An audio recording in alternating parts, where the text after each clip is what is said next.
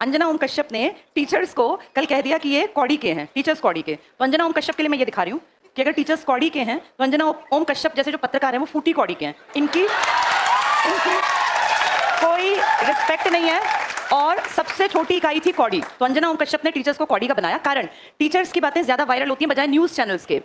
और क्या कहा उन्होंने कि टीचर्स वैसे ही आ जाते हैं, कुछ भी बोल देते हैं। तो बेटा मैं तुम्हें बता दूं, अगर कोई टीचर आके किसी सोशल मीडिया के प्लेटफॉर्म पे बोलता है, मैं एक टीचर हूं, मैं 100% श्योर हूं कोई टीचर बिना किसी भी जानकारी के एकदम आके नहीं बोलता। अगर मैं ये कौड़ी और फूटी कौड़ी लेकर आई हूं ना, तो मैंने देखा कि जब ये रैंकिंग की रिपोर्ट आई तब मीडिया ने क्या किया। मीडिया तो कहीं नहीं आया सामने, हमारे प्राइम टाइम की खबरें बन जाती हैं, झालमुड़ी में खुशबू कैसी है, कौन सा तेल है, 10 रुपए की है। और मैं देख रही थी अंजना ओम कश्यप के कारनामों में, तो उन्होंने बांग्लादेश के एक भैंसे की तुलना डोनाल्ड ट्रंप से की थी कि वो भैंसा, उस भैंसे को डोनाल्ड ट्रंप नाम दिया गया, इसलिए किसी ने उसको खरीद लिया ताकि उसको काटा ना जाए। क्या लेवल है हमारी पत्रकारिता का। और अंजना ओम कश्यप ना सबसे हाईली पेड इनमें आती हैं, जो ये होते हैं क्या बोलते हैं इनको, जर्नलिस्ट।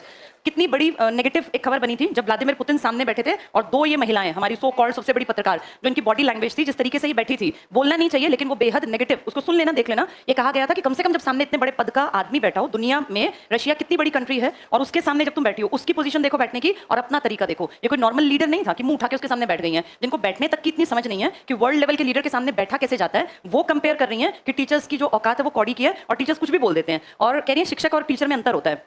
फिर कह रही हैं कि स्कूल कॉलेज में बच्चे नहीं जाते, वो कहते हैं कोचिंग की तरफ चलो। तो भाई तुम स्कूलों में जो कमियां हैं उन पे काम क्यों नहीं करवाते। सरकार तुम्हारी अगर सुनती है, क्या हम सब नहीं जानते स्कूलों में टीचर्स की भर्ती नहीं होती। कितने स्कूल हैं जो 10वीं के बाद साइंस स्ट्रीम पढ़ाते ही नहीं है। गांव का कोई लड़का लड़की पढ़ना भी चाहे ना तो वहाँ स्ट्रीम ही नहीं है, उसके लिए शहर जाना पड़ेगा, इतना किराया कौन देगा।